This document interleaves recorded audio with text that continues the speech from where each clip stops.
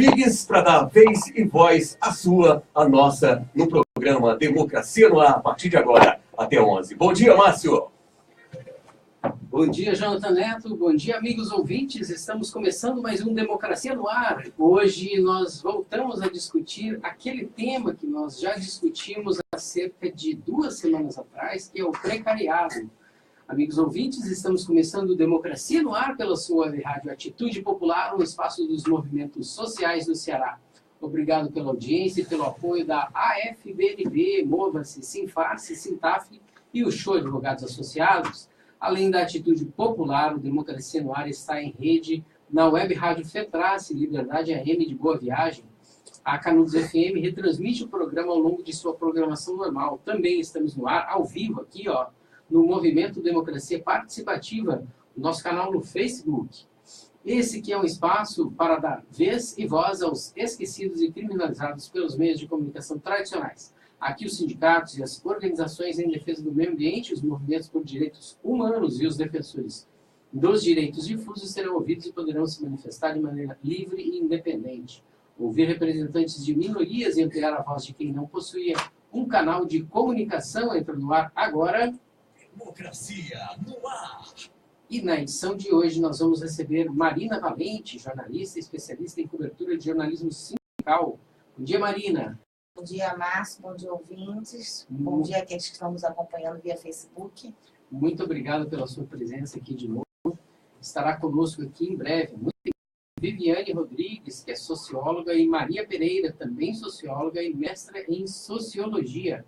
O trio foi convidado para debater a situação de precarização que vive boa parte da sociedade brasileira, com formação superior, às vezes até com pós-graduação, mas que não tem uma relação trabalhista oficial, ou seja, não tem carteira assinada e se acha acima do bem e do mal, às vezes até cunhando determinados absurdos, né, nas suas redes sociais e achando que quem tem relação trabalhista é quem deveria ser subalterno, né? A gente não consegue compreender isso, por isso que a gente está voltando a discutir esse tema aqui no programa. Antes, porém, de a gente discutir essa temática importante, nós temos um recado, né, para dar a todo mundo aqui em relação àquilo que aconteceu ontem em pelo menos 13 capitais do Brasil, que é o Fora Temer, né?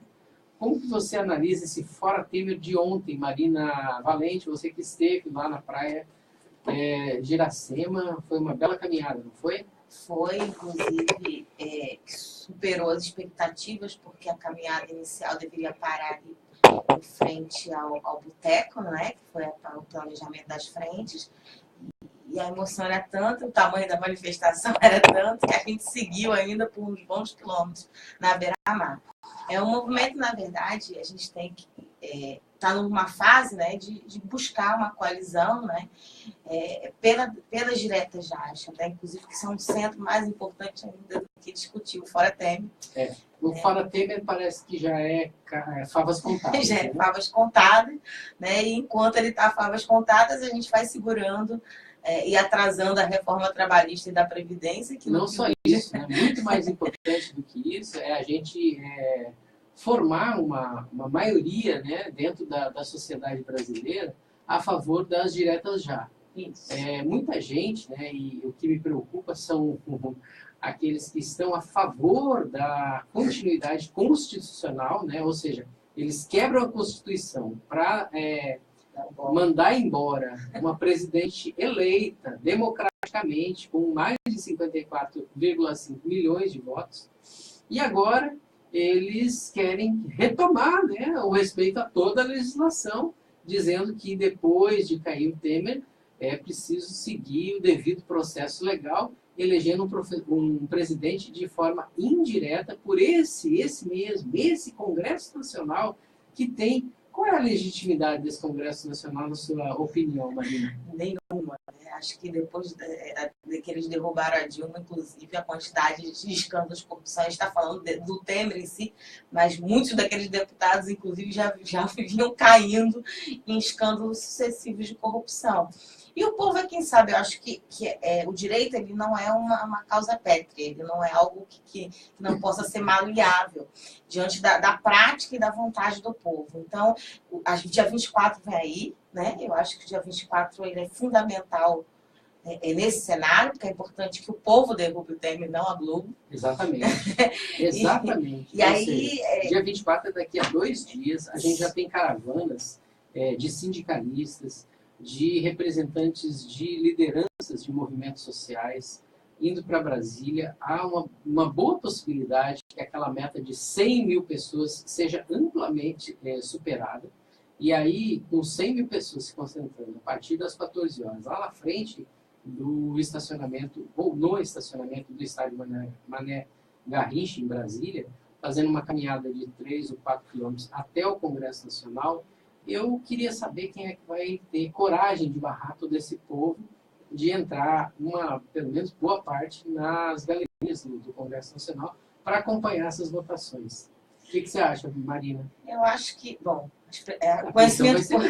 o conhecimento popular ele é fantástico, né? Então a voz do povo é a voz de Deus. Eu acho que a gente tem essa força. Eu acho, inclusive, que embora tenha algumas pessoas que estejam um pouco anestesiadas, sem entender todo esse bombardeio de informação que vem vindo, o povo não vai deixar que decidam por eles. Já ficou muito claro o que foi armado, o que foi construído. É hora também de a gente começar a ter uma visão crítica daquilo que está sendo divulgado, de entender que existe uma grande diferença entre alguém disse e uma prova documental, né? Então a gente tem que observar esse cenário, a esquerda tem que prestar atenção também que não é o momento de disputas internas, né? Por Lula, por Ciro ou por qualquer político que se apresente como candidato, não é esse o momento. Não, né? O momento é de unidade, é de fazer o discurso das diretas, é dialogar com setores da sociedade para além da classe trabalhadora, né?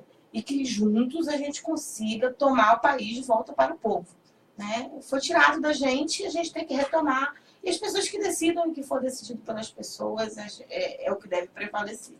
Nós temos aqui a manchete do Estadão de hoje, Marina. 1 em cada 3 parlamentares eleitos no Congresso teve dinheiro da JBS. Também tem que separar as coisas, né? Porque tem é muito engraçado no Brasil, tem uma certa hipocrisia sobre a questão eleitoral, porque a atuação de campanha ela é legalizada.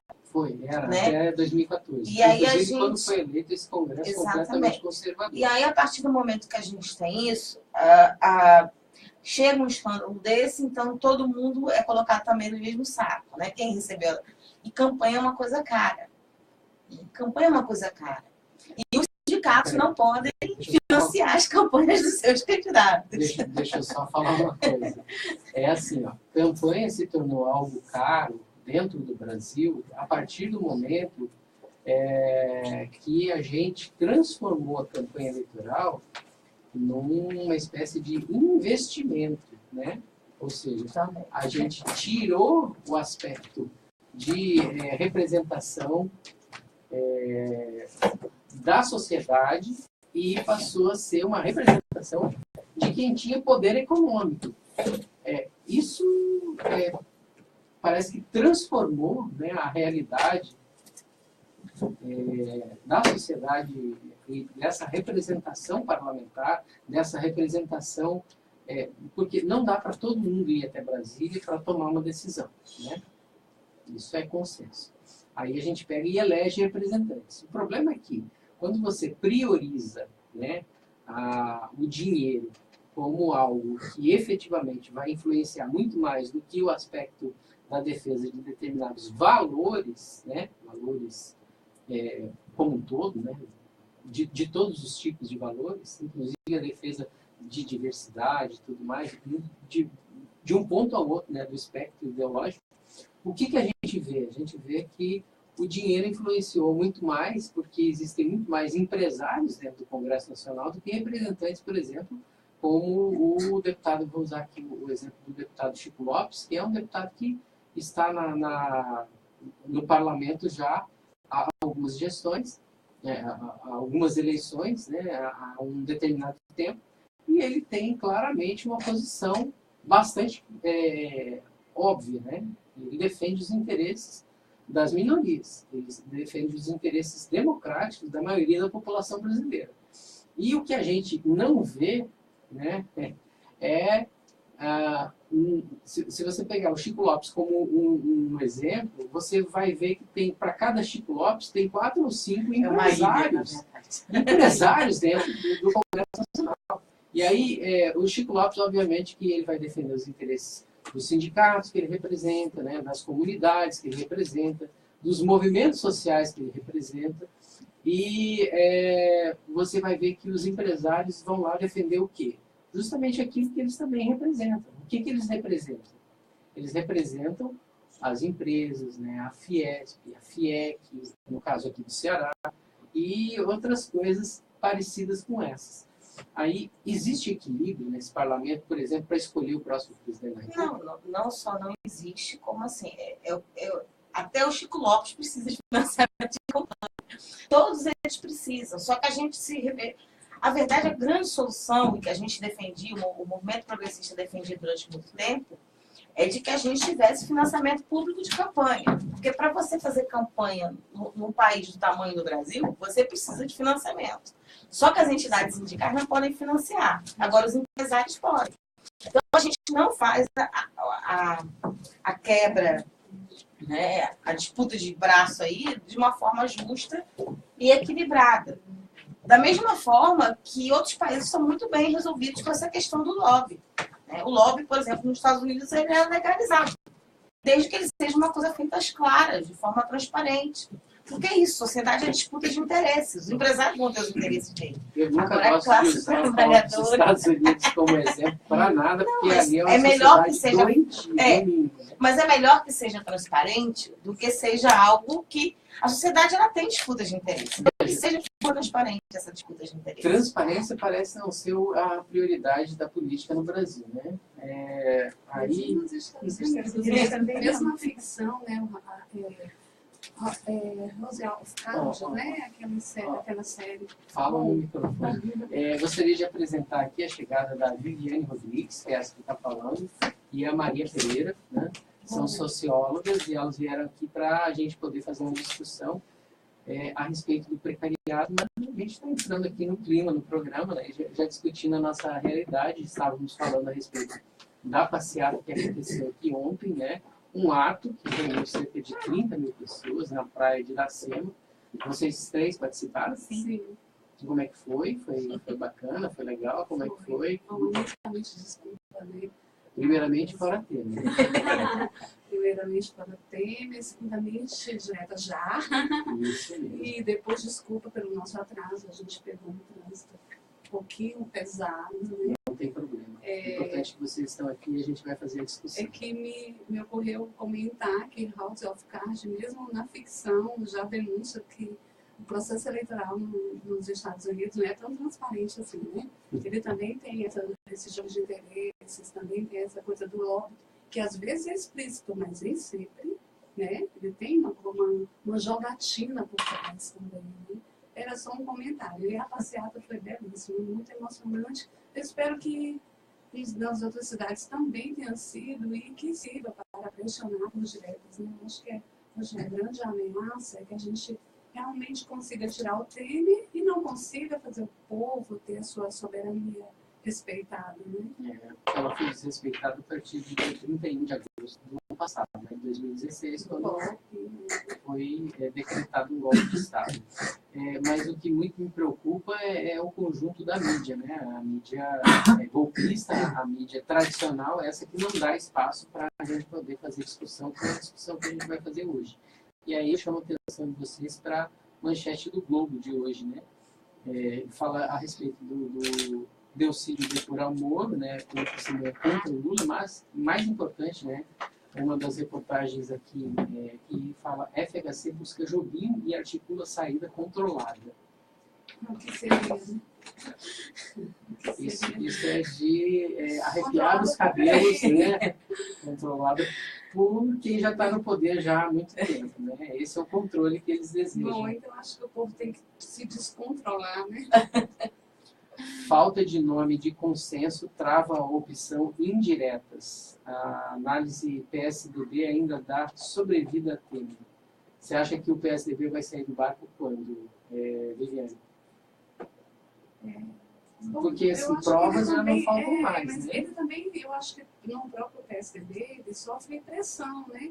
Tanto que rapidamente eles se fecharam um consenso em torno do nome do Tasso, né? Acho que se eles não abandonaram o barco ainda, é porque a saída que a Globo está apontando, acho que não satisfaz os interesses do PSDB, senão eles já teriam caído fora.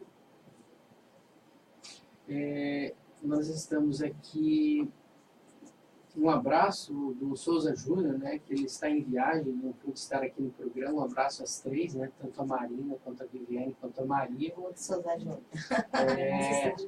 E aí, assim, a gente gostaria de saber, e já começar aqui, né, a nossa conversa de hoje a respeito do precariado. Né? O que é exatamente o precariado, Marina? O termo ele surgiu mais ou menos nos anos 90, né? E ele foi cunhado por Guy Stand e por Robert Castle. Ele fala do trabalhador em situações precárias na relação de trabalho. No Brasil, ele vai ser estudado pelo Rui Braga e pelo Giovanni Alves, e eles vão tratar desse assunto de uma forma diferenciada. O Rui ele tende a entender que todo trabalhador em situações precárias, ou seja, sem direitos trabalhistas definidos, sem carteira assinada, eles são trabalhadores que se encaixam no perfil do precariado. Já o Giovanni, ele vai determinar de uma forma bem específica o que seria esse trabalhador. Ele vai dizer que é o jovem adulto com alto grau de instrução, né, que vai ocupar relações de trabalho precárias. A gente pode dizer que esse pessoal que é resgatado dentro de família, dentro de fazendas, esse pessoal que é resgatado dentro de fazendas com um trabalho análogo à escravidão também é um precariado, só que é um precariado daquele de baixíssimo nível? Não. São coisas distintas. São. Então a gente precisa entender que precariado entra num conjunto da sociedade, de pertencentes à sociedade, que carece de qualquer tipo de vínculo empregatício e que se enxerga como algo diferenciado. Eu entendo que precariado é isso que a gente vem discutindo, né? A gente tem tentado entender um pouco mais do fenômeno do precariado, tentando trazer para a lógica dos fatos do que aconteceu durante o golpe e da realidade econômica brasileira. Eu pessoalmente entendo o precariado como uma faixa da população que eu digo que é uma grande área cinza, que ela trafega. Ela é trabalhador, mas de certa forma ela não se entende como trabalhador, né? Porque ela não tem as relações que um trabalhador típico, um operário de fábrica, ele possui. Então, ao mesmo tempo, ele não se sente trabalhador, e aí ele é convidado ao baile do patrão, mas ele não passa da porta, então ele também não ao mesmo tempo que às vezes ele se entende como patrão, ele às vezes se reivindica trabalhador. Então, eu acho que ele tem uma porta só para ser garçom. Né? Ele tem uma confusão. Não, ele até pode sentar na mesa, mas na hora de pagar a conta, ele sabe que ele não está igual ao patrão. Então, eu acho assim, que ele, na verdade, ele tem uma confusão ideológica muito grande.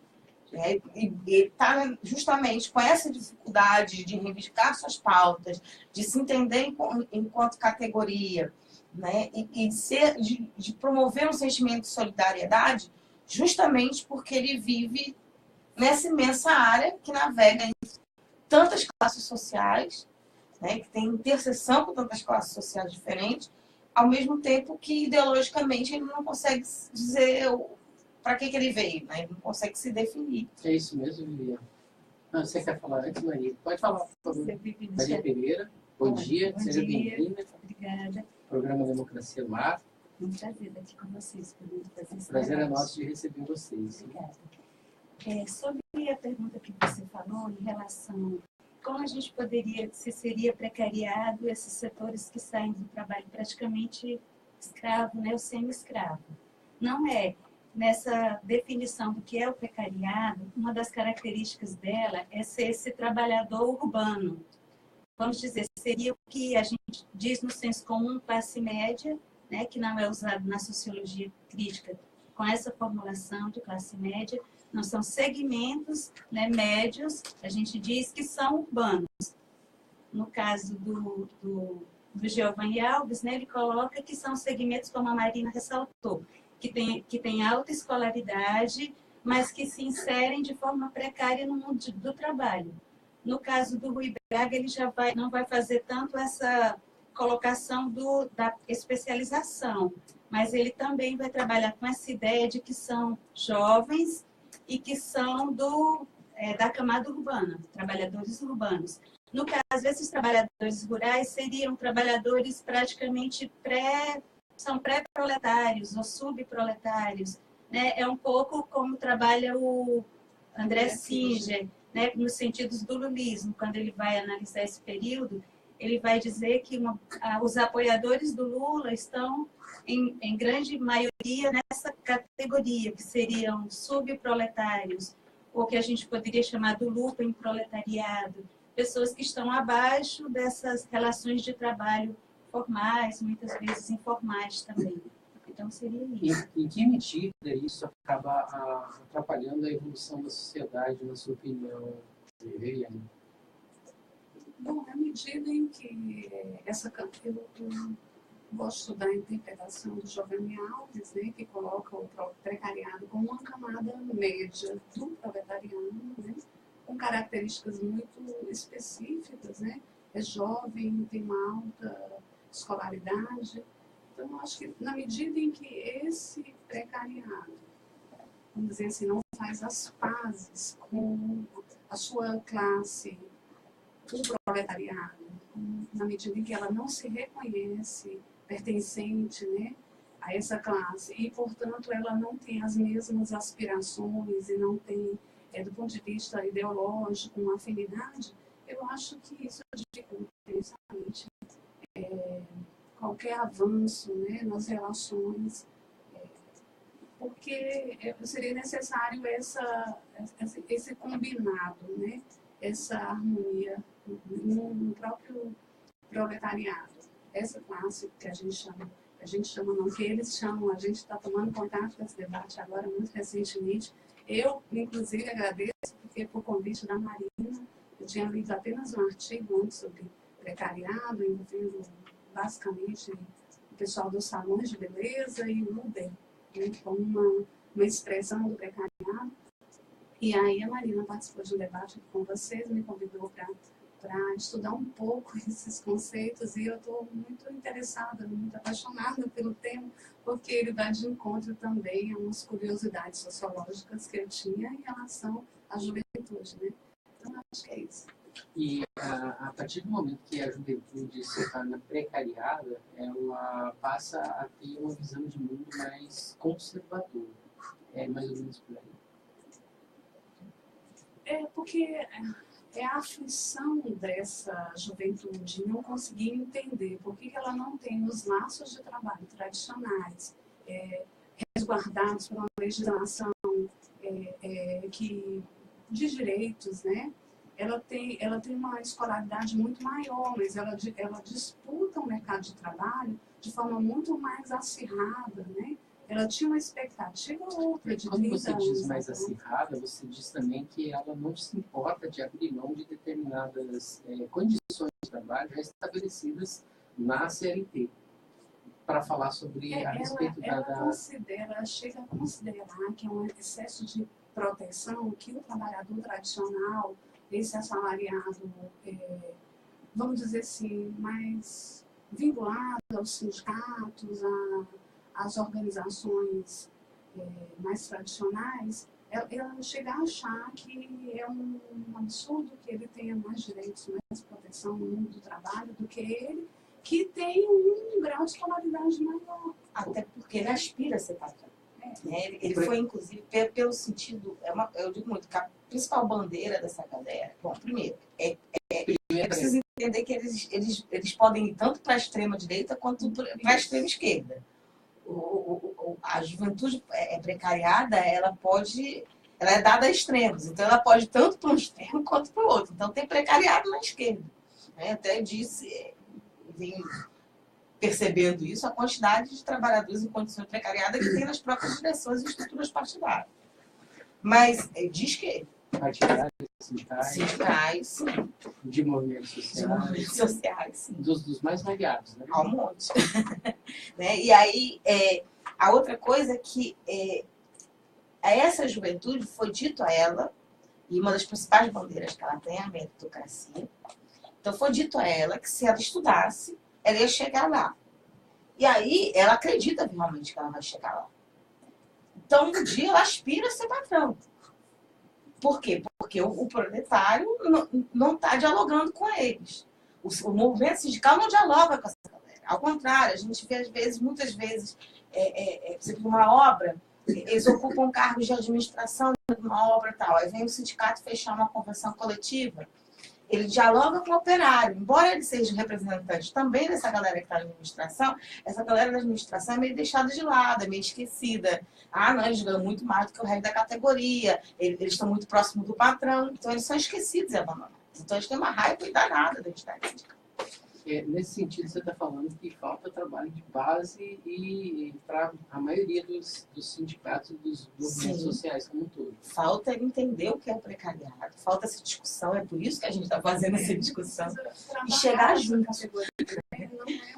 é até porque mesmo na academia é uma categoria recente, né? Não foi exaustivo ainda, não se exauriu esse debate, esse entendimento. Esse debate, na realidade, ele está nos primeiros passos. Mesmo que o termo tenha começado a partir da década de 90, esses autores, eles dizem que o precariado ele começou bem antes. Mas aqui no Brasil é, de certo modo, da década de 80 para cá, né, que especialmente nesse período do Lula, que eles chamam até de desenvolvimentismo, é que explodiu, né, essa camada do precariado.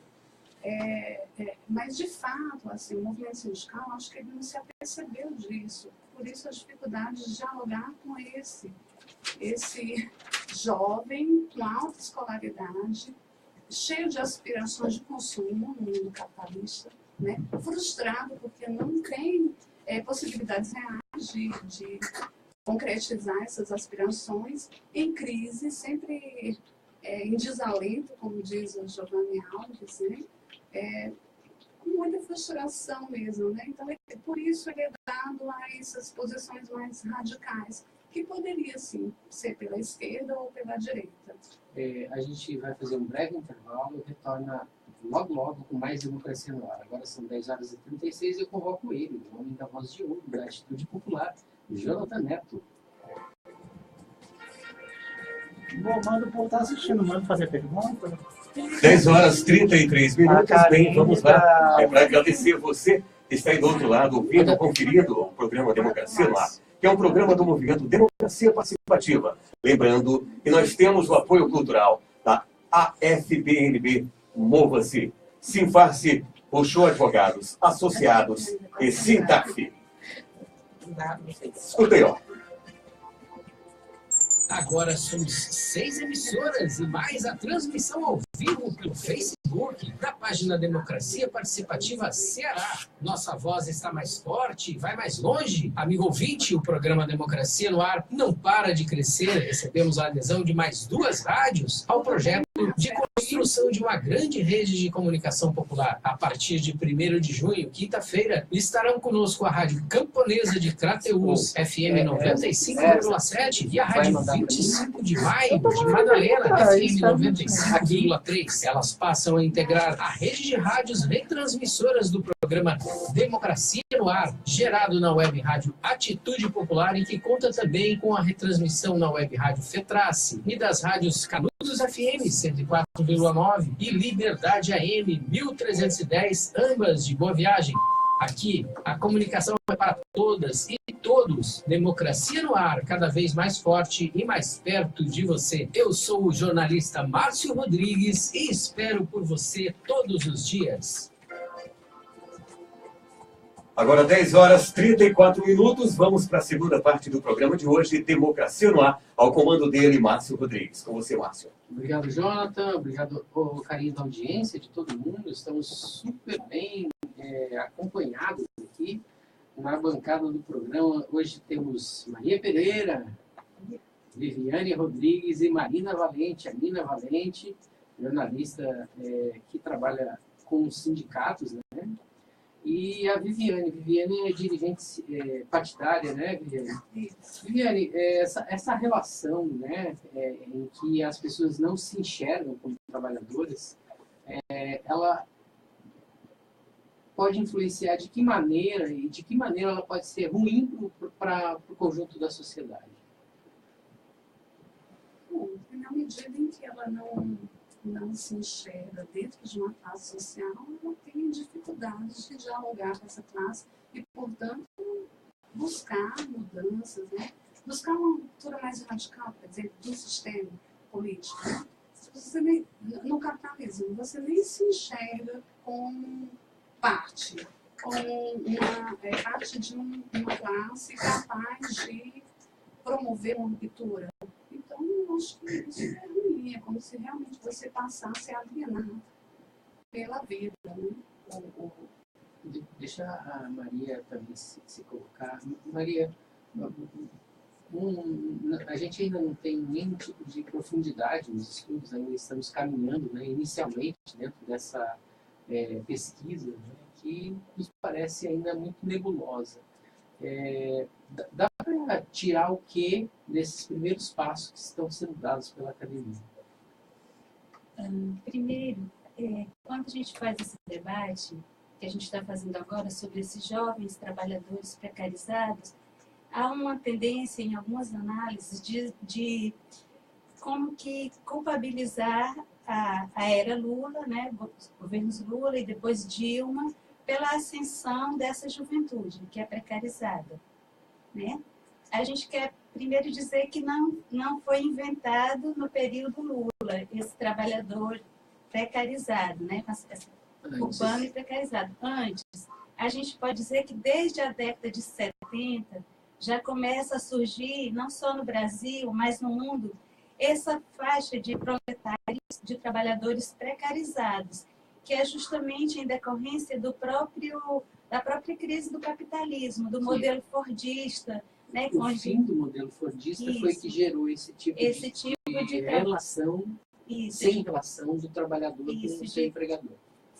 Se na relação fordista, em determinado momento, fordista keynesiano, os trabalhadores já tinham conseguido direitos trabalhistas assegurados, esses mesmos trabalhadores estavam organizados em sindicatos, como a gente conhece, vamos dizer, tradicionais, a gente pode dizer que com a crise e a deteriorização desse modelo, começa a surgir esses trabalhadores precarizados. Então, eles não são invenção do governo Lula. A gente pode dizer... Até mesmo que eles surgiram anteriormente. Enquanto o próprio movimento de trabalhadores do Brasil se ressurgia também ao final da ditadura. Né? Isso, da mesma forma que eles emergem mais aqui do Brasil, há uma visibilidade nos anos 80, e também coincide com a maior escolaridade dos filhos dos trabalhadores, né, de setores, vamos dizer, classe média, né, entre aspas, setores médios que conseguem ascender à educação. Então, vamos dizer que há mais pessoas com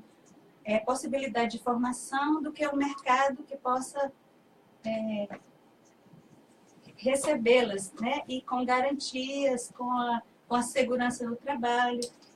E a gente pode dizer também que, a partir de 2013, a academia começa a olhar com mais carinho esses setores jovens, né, que vão se escolarizando. Houve um grande impulso na escolaridade desses setores urbanos durante os governos Lula e Dilma, principalmente pelas políticas educacionais do governo Lula, ProUni, né, FIES. Então, uma maior parcela dessa juventude média entra na universidade. Né? Então, a gente pode dizer que a partir das manifestações de 2013, onde esse público, segundo as pesquisas, era o público principal, a academia tem um olhar mais detido sobre isso. O que é essa juventude que começa no passe livre e vai terminar pedindo, além de pedir saúde, educação, transporte, também, que é o fim de um governo? Né? Você pode falar. Uma coisa que eu queria acrescentar no que a Vivi estava falando é que o precariado, ele é uma classe econômica, uma parte da sociedade que, de certa forma, ele se equilibra para viver.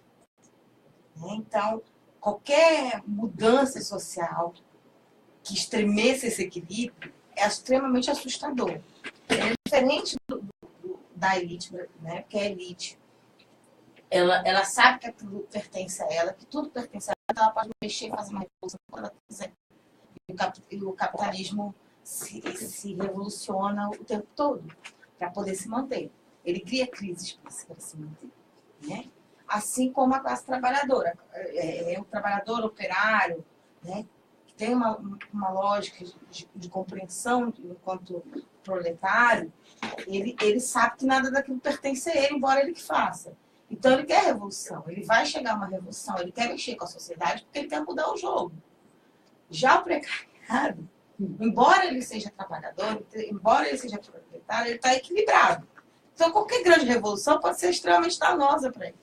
Então, ele engancha a sociedade, porque ele não quer que a coisa se mexa. Então, ele tem medo, por exemplo, do Temer cair em mãos diretas, ele tem medo da Dilma e do Lula botando mais gente no mercado de trabalho. Ele tenta estruturar as coisas. Exatamente. Qualquer abalo social, qualquer mudança na sociedade, seja para melhor ou para pior, ele nunca sabe o que vem para ele. Eu queria retomar essa fala da Maria. O Luiz Gonzaga Falcão lançou uma pergunta que talvez eu complemente. Né? Esse tema está em voga agora por quê? Ou seja, se surgiu lá na década de 70, né, essa situação, né, do indivíduo em relação ao trabalho, ele quer saber por que a academia agora surgiu com esse nome diferente, né? O que levou a estabelecer isso como sendo um nome escolhido, né? O precariado. Imagino que exatamente por causa dessa questão precária das relações de trabalho, que acabam também ocasionando condição de vida e inserção social precária também. Porque assim como num mês, né, pode tirar lá seus 8, 10, até 15 mil reais, pode ser que ele passe o resto do ano, né, em algumas profissões, sem receber quase nada, né? Como é, por exemplo, o caso de pessoas que trabalham hoje em dia no mercado imobiliário como chamados corretores, né? Corretores de venda de imóveis. Desde que a crise se estabeleceu, por causa dessas sacanagens que o Congresso Nacional fez com o início do segundo mandato da Dilma, né? Essa falta de desenvolvimento qualquer baseado nessa sabotagem feita, né, a partir tanto do Congresso Nacional quanto dos grandes empresários, né? Um trabalhador, por exemplo, desse setor, ele pode ter passado aí um ano e meio sem receber nada.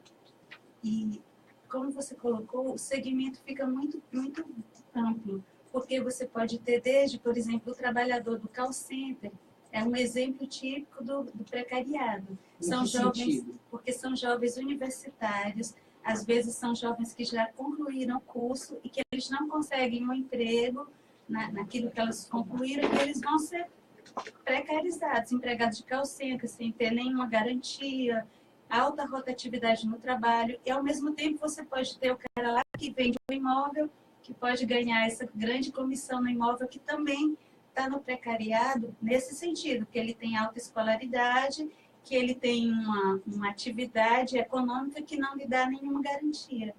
Aí o ruim desses setores, como a Marina falou, é que você tem... As aspirações são muito diversas e elas podem ir tanto para a esquerda narcopunk, né, para radicalização nos movimentos, como ele pode ir para a direita, que uma grande parte vai, que é querendo a sociedade mais conservadora, mais fascista, pedindo até o golpe, a volta dos militares. Né? A volta da intervenção militar já, né? As coisas meio escabrosas, parece que a gente ainda está em 1968. Né? Uma característica do precariado, então, além de jovens com alta escolaridade, de trabalhadores das camadas urbanas, é esse de que ela é explosiva, que ela pode ir para um lado ou para o outro. E essa grande onda conservadora, outra coisa, são camadas que vão protestar na internet, que usam o Twitter, o Facebook, porque tem grande acesso e é nesse meio que, por exemplo, as manifestações de 2013 foram convocadas via internet, Twitter, Tudo. né? E também esse militante virtual que fica lá falando, pedindo a volta do golpe, ou do outro lado. Então, tem essa característica também. Por isso também que aflora essas ideias, né, fascistas, e bandido bom é bandido morto, Bolsonaro para presidente, etc. e tal. Está tudo dentro da mesma lógica, né? A juventude realmente querendo se expressar, não compreendendo o significado das coisas, acaba por, de fato, muito despolitizada, né?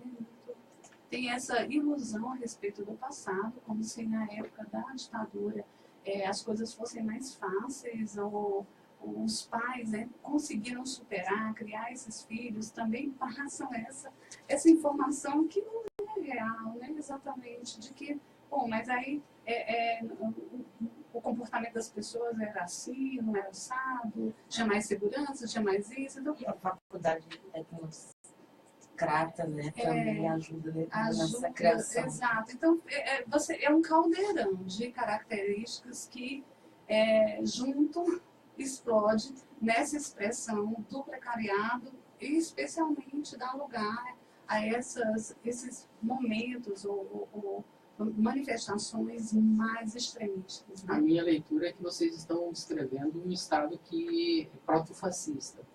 Seria mais ou menos isso? Há potencial para isso, para as duas saídas, né? Mas assim... Mas muito mais para a direita. A gente pode dizer que é uma... Porque o anarquismo seria o fim, né, de alguém comandando a totalidade da nação e as pessoas tendo mais responsabilidade. Quando a gente fala de fascismo, a gente diz que não, que é justamente o contrário. É você concentrar força no Estado, deixar com que ele faça qualquer tipo de atividade repressora para destruir qualquer tipo de reação da sociedade organizada fora do Estado.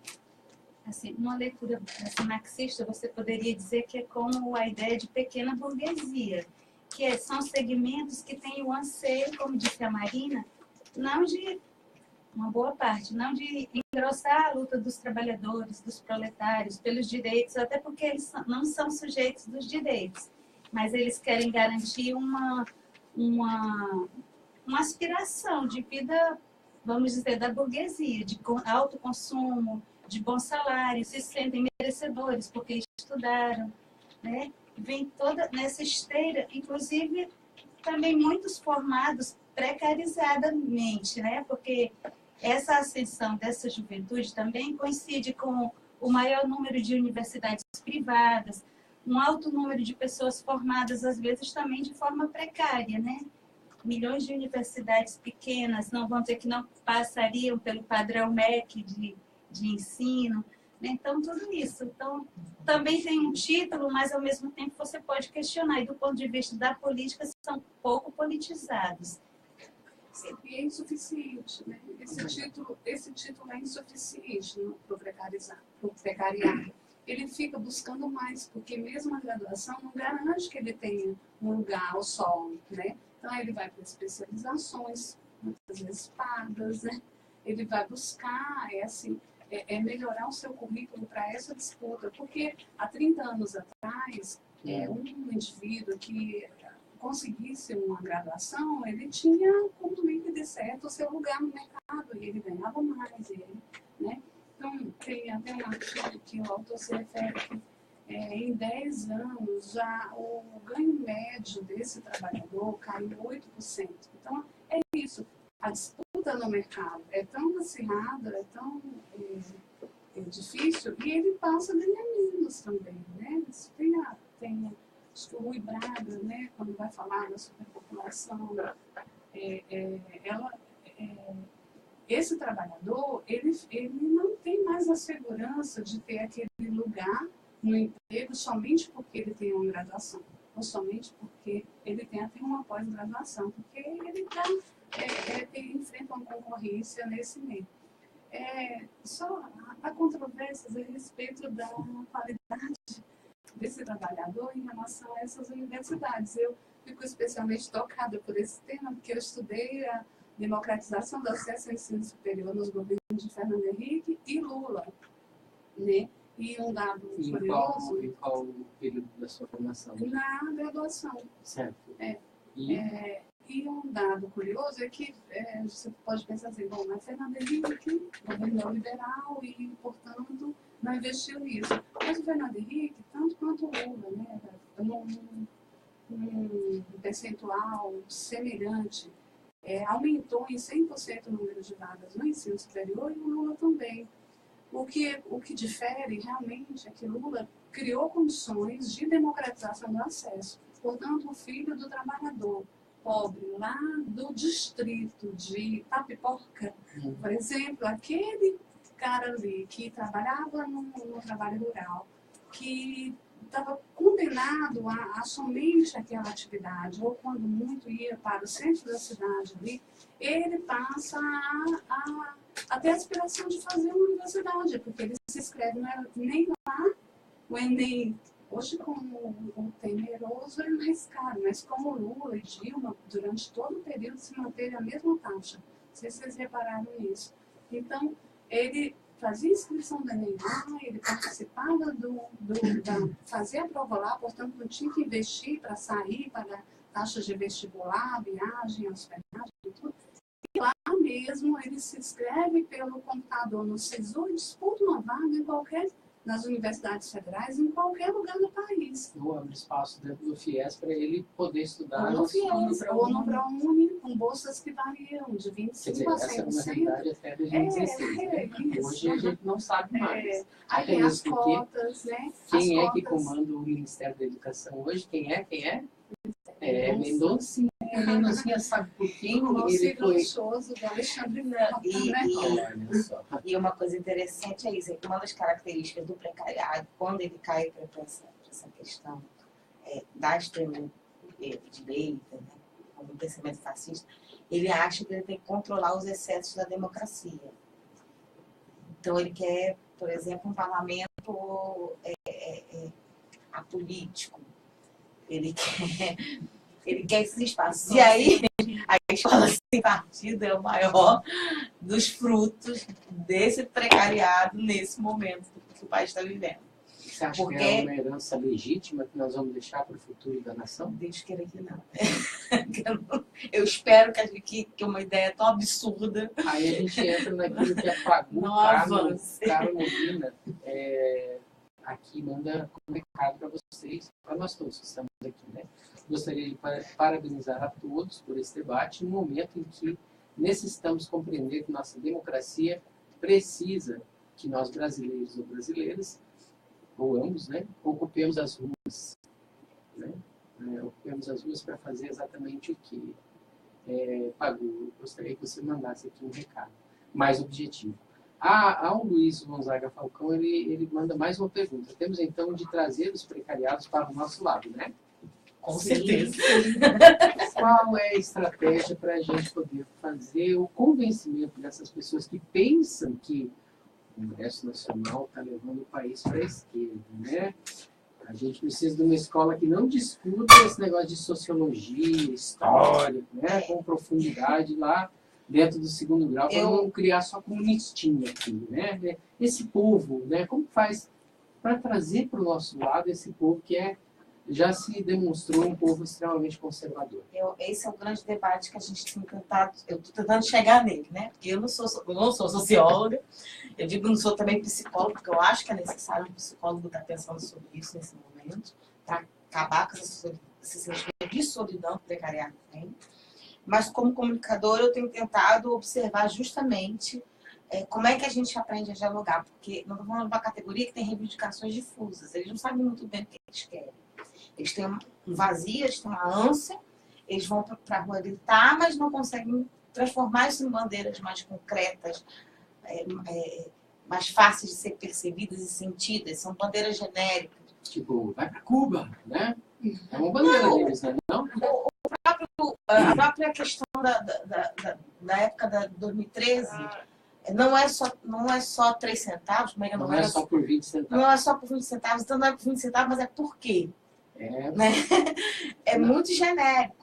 Na verdade, se a gente for analisar a forma como os políticos brasileiros vêm conduzindo o Brasil ao longo dos últimos 20 anos, ajuda isso. A gente percebe que eles não estão completamente descolados da razão, né?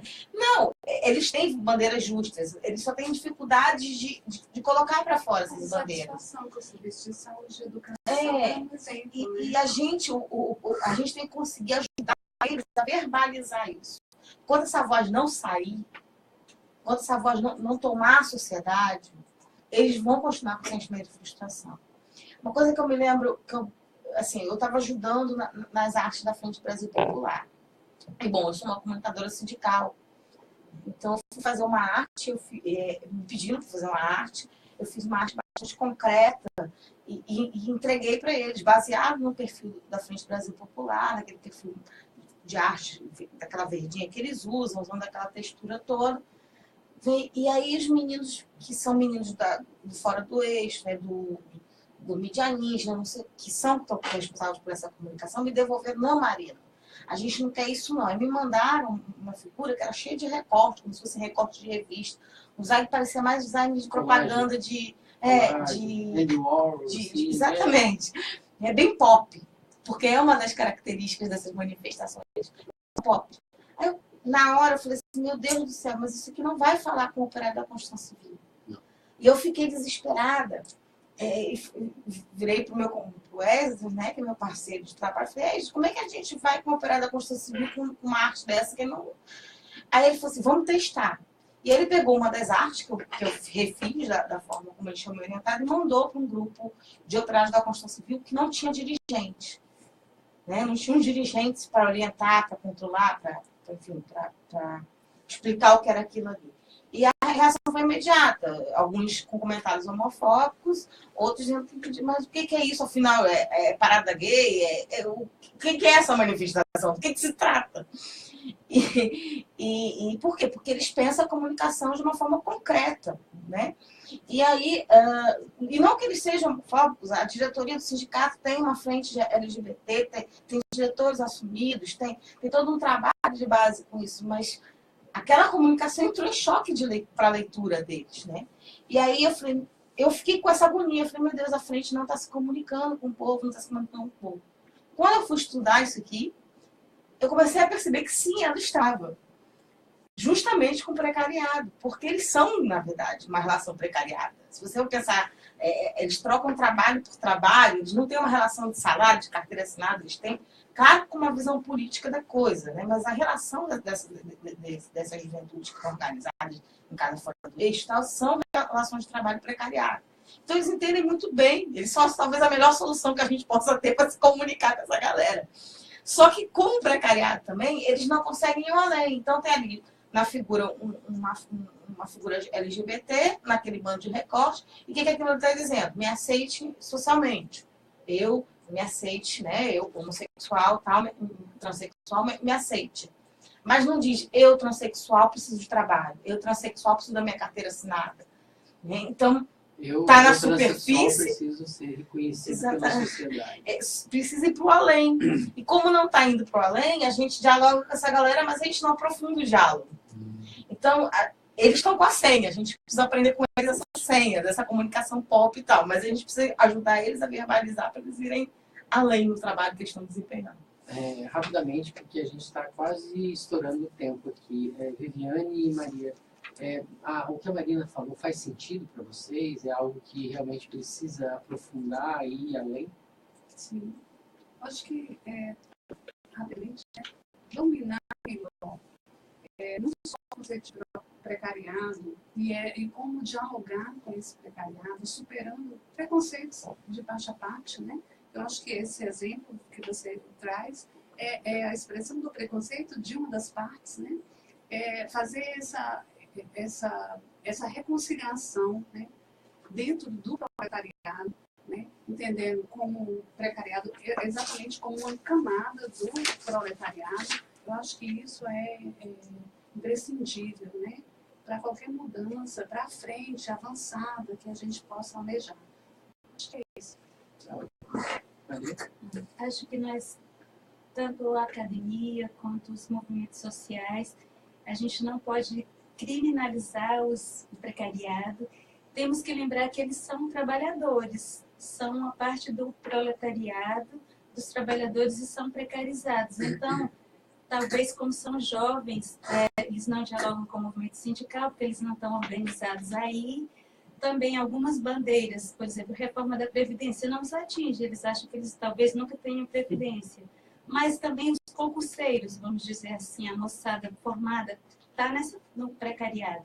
Interessa ter concurso. E aí esses 20 anos aí congelado temerário seria uma bandeira. Quero dizer, o movimento social precisa achar as bandeiras para que a moçada, esses trabalhadores, venham aqui para o nosso lado, para que eles possam deixar de ser trabalhadores precarizados e eles possam ser inseridos como trabalhadores e sujeitos de direito. Então, a gente precisa, a piada do coxinha, porque não é mais essa fase, vamos zerar e começar de novo e tentar... Exato, tem que tentar dialogar e trazer essa moçada. Aí, para terminar, eu quero dizer que a gente tem que lutar pelas diretas já. Direta já! Eu tive o prazer de conversar hoje com Maria Pereira, Viviane Rodrigues e Nina Valente a respeito de um tema bastante complicado, né, para a sociedade brasileira, que é justamente a relação, né, de trabalho entre uma boa faixa aí da população brasileira que anda meio sem vínculo empregatício com carteira assinada e tudo mais. E acaba tendendo para a direita. O debate foi bem interessante, mas eu acho que ainda faltou a gente levar em consideração toda a influência dos meios de comunicação tradicionais dentro desse debate. E aí eu já deixo aqui o convite para que a gente possa voltar a reunir essa bancada e aprofundar esse debate nesse sentido também. Finalizando, agradeço aqui a audiência de todos e todas. O programa Democracia no Ar de hoje se encerra e eu passo a bola para ele, o homem da voz de ouro da Atitude Popular, Jonathan Neto. Amanhã tem mais, a partir das 10 horas. O finalzinho deu 11 para você ouvir.